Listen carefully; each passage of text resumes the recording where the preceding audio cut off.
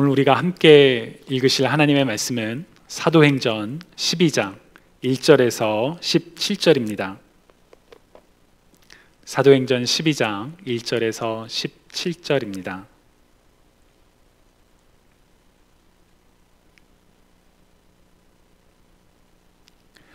그때 헤롯 왕이 손을 들어 교회 중에서 몇 사람을 해하려 하여 요한의 형제 야고보를 칼로 죽이니 유대인들이 이 일을 기뻐하는 것을 보고 베드로도 잡으려 할세 때는 무교절 기간이라 잡음에 옥에 가두어 군인 내식인 내패에 맡겨 지키고 6월절 후에 백성 앞에 끌어내고자 하더라.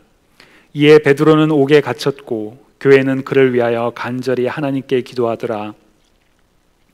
헤롯이 잡아내려고 하는 그 전날 밤에 베드로가 두 군인 틈에서 두 쇠사슬에 매어 누워 자는데 파수꾼들이 문 밖에서 옥을 지키더니 호련히 주의 사자가 나타나매 옥중에 광채가 빛나며 또 베드로의 옆구리를 쳐 깨워 이르되 급히 일어나라 하니 쇠사슬이 그 손에서 벗어지더라. 천사가 이르되 띠를 띠고 신을 신으라 하거늘 베드로가 그대로 하니 천사가 또 이르되 겉옷을 입고 따라오라 한데 베드로가 나와서 따라갈새 천사가 하는 것이 생시인 줄 알지 못하고 환상을 보는가 하니라. 이에 첫째와 둘째 파수를 지나 시내로 통한 쇠문에 이르니 문이 저절로 열리는지라. 나와서 한 거리를 지나매 천사가 곧 떠나더라. 이에 베드로가 정신이 들어 이르되 내가 이제야 참으로 주께서 그의 천사를 보내어 나를 헤롯의 손과 유대 백성의 모든 기대에서 벗어나게 하신 줄 알겠노라 하여 깨닫고 마가라 하는 요한의 어머니 마리아의 집에 가니 여러 사람이 거기에 모여 기도하고 있더라. 베드로가 대문을 두드린데 로데라 하는 여자아이가 영접하러 나왔다가 베드로의 음성인 줄 알고 기뻐하여 문을 미처 열지 못하고 달려 들어가 말하되 베드로가 문 밖에 섰더라 하니 그들이 말하되 내가 미쳤다 하나 여자아이는 힘써 말하되 참말이라 하니 그들이 말하되 그러면 그의 천사라 하더라. 베드로가 문 두들기를 그치지 아니하니 그들이 문을 열어 베드로를 보고 놀라는지라. 베드로가 그들에게 손짓하여 조용하게 하고 주께서 자기를 이끌어 옥에서 나오게 하던 일을 말하고 또 야고보와 형제들에게 이 말을 전하라 하고 떠나 다른 곳으로 가니라. 주님의 말씀입니다. 하나님 감사합니다. 아멘. 가정에 자녀가 있으신 분들은 일본 비디오 게임 회사인 닌텐도라는 이름이 익숙하시리라 생각합니다. 저도 어렸을 때부터 슈퍼마리오 시리즈를 비롯해서 여러 닌텐도 게임을 지금까지 아이들하고 함께 즐기고 있습니다. 그런데 이 닌텐도라는 이름에 담겨있는 의미 여러분 혹시 들어보셨나요? 저도 이번에 설교를 준비하면서 처음 알았습니다. 일본어로는 닌텐도라고 읽지만 사실 한자음 그대로 발음하면 임천당이라는 단어입니다. 맡길 임, 하늘천, 집당이라는 단어로 하늘에 맡기는 집이라는 그런 뜻이죠. 그래서 초창기 이 닌텐도 회사의 사원이 일의 성패는 하늘에 맡기고 하는 일에 최선을 다한다 였다고 합니다. 아마도 비슷한 고사성어가 떠오르시는 분들이 계시리라 생각합니다. 진인사 대천명이라는 말이 있죠. 원래 이 표현은 삼국지에서 제갈공명이 사람의 일을 다하고 하늘의 명을 기다린다 라고 말했던 거기서 유래한 표현이라고 합니다. 여러분도 혹시 이 표현 진인사 대천명이라는 표현을 사용해 보신 적이 있으신가요? 저는 시험을 준비하고 결과를 기다릴 때 이 표현을 진인사 대천명이라는 표현을 종종 들었던 것 같습니다. 시험을 준비하는데 최선을 다하고 결과는 하늘에 맡겨라 그런 뜻으로 우리가 이제 사용을 할 때가 있죠. 우리 그리스도인들에게 하늘은 그냥 하늘이 아니라 바로 세상을 지으시고 다스리시는 전능하신 하나님이시죠. 내가 할 수 있는 일에 최선을 다하고 결과는 하나님께 맡기는 삶, 사실 우리가 가져야 할 바람직한 신앙의 모습이라고 할 수 있습니다. 그런데 우리가 최선을 다해야 하는 일은 어떤 것들이 있을까요? 요새는 이런 이야기가 잘 없는 것 같지만 예전에 몇 번 맹목적인 신앙의 형태에 관한 부정적인 뉴스가 이렇게 나온 적이 있습니다. 가족 중에 누가 아픈데 기도하면 나을 수 있다라는 믿음을 가지고 병원을 가지 않고 기도를 열심히 하다가 결국 그 병이 더 악화되었다라는 이야기, 여러분들도 아마 한두 번쯤은 들어보신 적이 있으리라 생각합니다. 이분들의 신앙에는 몇 가지 전제가 있습니다. 여러분, 제가 지금부터 말하는 문장들이 참인지 아니면 거짓인지 한번 잘 이렇게 분별해 보세요. 첫 번째, 하나님은 전능하셔서 불가능한 일이 없으십니다. 참이지요. 두 번째, 하나님은 우리를 사랑하십니다. 참이지요. 세 번째, 사랑이 많으신 아버지 하나님은 우리의 기도를 들어주십니다. 참이지요. 마지막 네 번째, 믿음은 굳건히 하나님을 신뢰하는 것입니다. 참이지요. 그런데 이 네 가지의 진리들이 인간적인 판단과 합쳐지면 방금 전에 말씀드린 맹목적인 신앙의 형태로 나타날 수가 있습니다. 전능하신 하나님은 우리를 사랑하시며 우리의 기도를 들어주시는 분이시기에 믿음으로 기도하면 된다.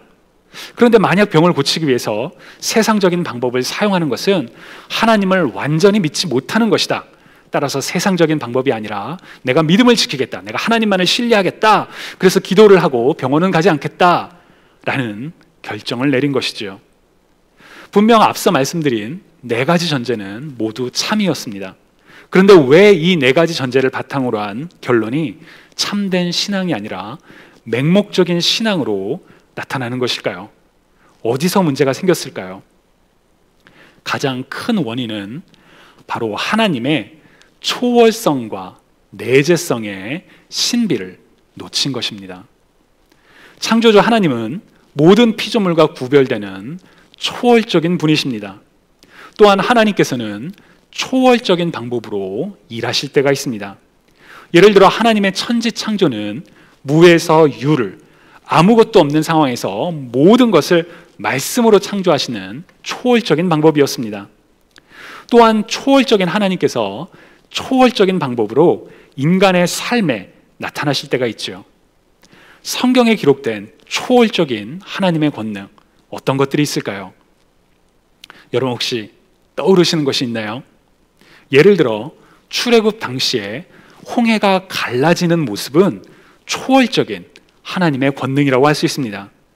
또한 오늘 우리가 읽은 본문에서도 하나님의 초월성이 드러나죠. 오늘 우리가 읽은 사도행전 12장을 보시면 헤롯 왕이 교회를 박해하면서 예수님의 제자 중에 한 명이었던 세베대의 아들 야고보를 죽였습니다.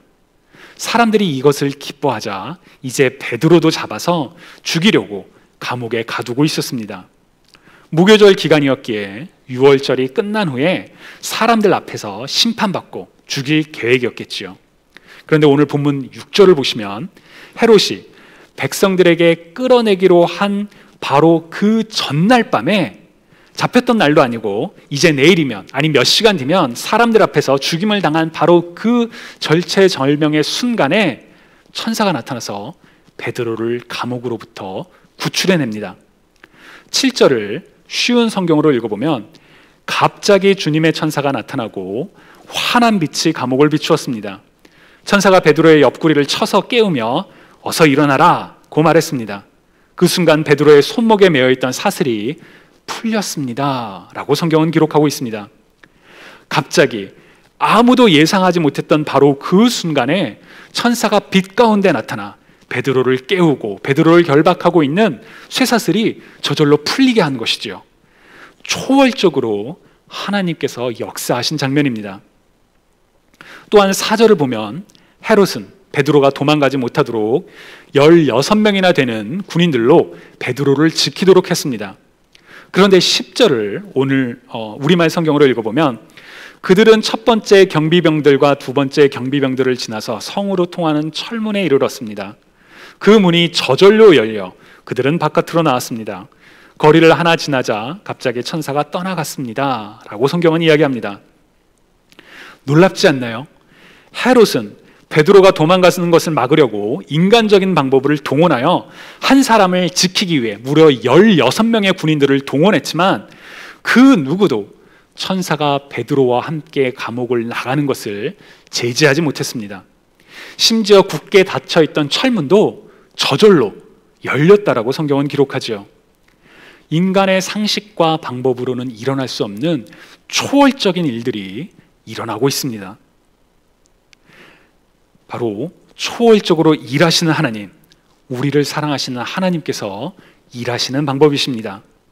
주님이 사랑하시는 여러분, 초월적으로 일하시는 하나님을 여러분의 삶 가운데 만나시기 바랍니다. 나의 생각과 나의 판단으로는, 나의 논리로는 불가능한 일이었지만 초월적으로 일하시는 하나님을 만나 기쁨과 감사를 고백하는 저와 여러분이 되시기를 주님의 이름으로 축복합니다. 그런데 우리는 사실 이미 초월적으로 역사하시는 하나님을 우리의 삶 속에서 아주 강렬하게 만났습니다. 여러분 혹시 언제 만나셨는지 기억하시나요? 바로 우리를 위해 이 땅에 오사 우리를 대신하여 십자가에 달려 죽으신 예수 그리스도가 부활하심으로 말미암아 그 예수 그리스도를 믿음으로 말미암아 우리가 죄와 사망에서 자유케 되고 하나님의 자녀가 된 일, 바로 하나님께서 초월적으로 행하신 구원의 사역입니다. 주님의 죽으심과 부활, 그리고 그로 얻게 된 구원을 생각해 보면 사실 인간적인 방법으로는 도저히 말이 되지가 않지요. 그래서 바울은 고린도전서 1장 18절에서 십자가의 도가 멸망하는 자들에게는 미련한 것이요 구원을 받는 우리에게는 하나님의 능력이라 라고 선포합니다. 주님을 사랑하시는 여러분, 하나님께서는 초월적인 방법으로 곧 하나님의 아들 예수 그리스도가 인간의 몸으로 오사 우리를 대신하여 고난당하시고 죽으심으로 말미암아 그리고 죽은 예수 그리스도를 다시 살리심으로 말미암아 우리를 영원한 죄와 사망에서 자유케 하셨습니다. 이미 우리 삶에 초월성을 보여주신 하나님을 끝까지 신뢰하며 하나님을 찬양하는 저와 여러분 모두가 되시기를 주님의 이름으로 축복합니다. 그런데 우리 하나님은 초월적인 방법으로 일하시기도 하시지만 동시에 내재적인 방법으로 일하시기도 합니다. 바로 하나님의 내재성인데요. 곧 하나님이 피조물의 삶 속에 내재하심으로 일하시는 방법입니다. 성경에는 하나님께서 내재적인 방법으로 구원을 하시는 과정 역시 자세히 여러 기록하고 있습니다. 예를 들어 노아의 이야기를 한번 떠올려 보시기 바랍니다. 창세기 6장을 보면 세상에 악이 가득하여 하나님께서 세상을 심판하시기로 결정하셨는데 이때 의인 노아는 하나님의 은혜를 입어 구원을 얻게 되었습니다. 어떻게 하나님께서 노아를 구원하셨나요? 노아로 하여금 방주를 만들게 하셨죠.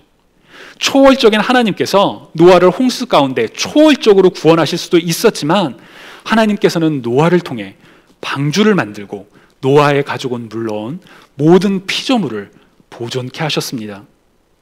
이스라엘이 이집트에서 노예로 벗어나는 과정도 하나님께서는 한 사람 곧 모세를 통해서 구원해내셨죠. 하나님께서는 초월적으로 일하실 때도 있지만 이처럼 내재적으로 일하실 때도 있습니다.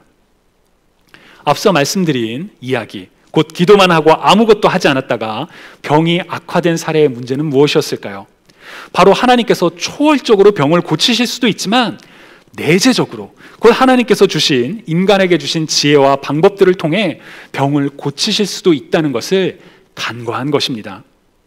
하나님께서 내 삶에 초월적으로 일하실 것만을 기대하고, 아니 하나님의 초월성과 내재성 중 내가 원하는 것을 선택하여 하나님께서 일하시는 것이 아니라 내 방식대로 일하기를 바랬던 것이지요. 바로 이 점이 하나님을 우리의 뜻에 맞춰 재단하는 것이 우리의 신앙을 맹목적으로 만드는 맹점이 되기도 합니다.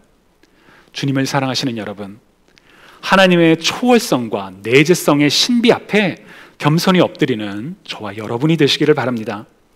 하나님을 굳건히 신뢰하는 우리의 믿음이 초월성만 바라는 것이 아니라 내재성 역시 함께 기대하는 믿음이 될 수 있기를 축복합니다. 만약 우리의 신앙이 내재적인 부분을 놓치게 된다면 우리는 이미 임한 하나님의 나라를 간과하게 됩니다. 예수 그리스도로 말미암아 임한 하나님의 나라가 바로 하나님의 사람들을 통해서 확장되어 간다는 것을 놓치게 됩니다. 그래서 우리 그리스도인들에게 진인사 대천명이라는 말은 참 중요합니다. 하나님께서 부르신 각자의 자리에서 하나님께서 은사대로 주신 능력을 따라 소명의 삶을 다함으로써 하나님의 뜻이 하늘에서 이루어진 것처럼 땅에서도 이루어지도록 우리는 그렇게 기도하고 또 그렇게 행하는 삶을 살아야 하기 때문입니다. 이 믿음으로 오늘 하루도 승리하시는 저와 여러분이 되시기를 주님의 이름으로 축복합니다. 그리고 오늘 본문은 하나님께서 우리의 기도에 응답하시는 것과 관련하여 또 하나의 중요한 영적인 원리를 우리에게 알려줍니다. 오늘 본문 5절을 보시면 베드로가 옥에 갇히자 교회는 그를 위하여 간절히 하나님께 기도했다라고 성경은 기록합니다. 여기서 간절히로 번역된 그리스어 ektenos는 신약 성경에 딱 3번이 사용되는데요, 그 중에 하나가 누가복음 22장 44절, 예수께서 힘쓰고 애써 더욱 간절히 기도하시니 땀이 땅에 떨어지는 핏방울 같이 되더라 라는 그 말씀, 곧 예수님께서 십자가 고난을 앞두시고 겟세마네 동산에서 기도하셨을 때의 그 간절함을 표현하는 단어가 오늘 본문에서 교회가 베드로를 위하여 간절히 기도했다라고 사용이 됩니다. 교회가 정말 간절하게 기도했다라는 것을 짐작할 수 있게 하지요. 누군가 우리 공동체의 지체 중 하나가 어려운 일을 당했을 때 공동체가 그를 위하여 간절히 기도하는 것은 참 아름답고 바람직한, 아니 마땅히 예수 그리스도의 몸된 공동체가 행해야 하는 그런 일입니다. 교회가 베드로를 위해서, 이제 야고보처럼 죽임을 당할지도 모를 베드로를 위해서 교회는 그렇게 함께 기도한 것이죠. 그런데 안타까운 점은 그렇게 간절히 기도했지만 정작 기도가 응답되는 현실은 믿지 못했다라는 것입니다. 오늘 보면 12절부터 17절을 보시면 감옥에서 초월적인 방법으로 나온 베드로가 성도들이 모여있던 마리아의 집으로 갑니다. 가서 문을 두드립니다. 로데라는 여종이 베드로를 알아보고 너무 놀라서 사람들에게, 베드로에게 문도 안 열어주고 사람들에게 달려가서 베드로가 왔습니다 라고 이야기를 합니다. 분명 성도들은 당시에 국가 권력으로부터 베드로를 구해낼 수 있는 방법은 하나도 없었기에 이제 우리에게 남은 것은 기도뿐이다, 열심히 기도하자, 간절히 기도합시다 라고 기도하고 있었을 것입니다. 그러나 정작 베드로가 하나님의 초월적인 방법으로 감옥에서 벗어난 것에 대해 믿지 못했습니다. 아니다, 그의 천사다 라고 말한 것이지요. 간절히 기도했지만 정작 그 기도대로 이루어질 것은 믿지 못했던 그런 믿음의 연약성을 우리에게 보여줍니다. 주님이 사랑하시는 여러분, 기도하시고 믿으시기 바랍니다. 만약 우리가 기도하고 그 기도대로 이루어질 것을 믿지 못한다면 과연 우리의 믿음이 진짜 믿음이라고 할 수 있을까요? 살아계시며 전능하시고 사랑이 많으신 아버지 하나님께서 우리의 기도를 반드시 들어주신다는 사실을 믿고 기도하시는 저와 여러분이 되시기를 주님의 이름으로 축복합니다. 그런데 여기에 우리가 종종 간과하는, 그러나 사실 절대로 간과해서는 안 되는 중요한 내용이 한 가지 더 있습니다. 바로 하나님께서 우리의 기도에 응답하시는 방법이 우리의 뜻대로 되는 것만은 아니라는 사실입니다. 오늘 우리가 읽은 사도행전 12장에는 하나님께서 베드로를 초월적으로 구원해내시는 과정을 잘 기록하고 있습니다. 그런데 그 사건 직전에 성경은 한 가지의 이야기를 더 합니다. 바로 주님의 제자였던 야고보가 헤롯에게 죽임을 당한 일도 같이 기록하고 있습니다. 야고보가 붙잡혔을 때 교회는 간절히 기도하지 않았을까요? 아니요, 분명 교회도 간절히 기도했을 것입니다. 베드로를 위해 간절히 기도했던 것처럼 주님의 제자였던 야고보를 위해서도 간절히 기도했을 것입니다. 그런데 왜 야고보는 죽임을 당하고 베드로는 초월적인 방법으로 감옥에서 나온 것일까요? 왜 이렇게 다른 결과가 나타났을까요? 야고보보다 베드로가 믿음이 더 좋기 때문이었을까요? 아니요, 우리는 섣불리 판단할 수가 없습니다. 초월적인 하나님의 뜻을 우리는 다 알 수 없기에 우리의 생각과 잣대로 하나님의 뜻을, 하나님이 이렇게 말씀하셨어, 이게 하나님의 뜻이야 라고 함부로 판단해서는 안 됩니다.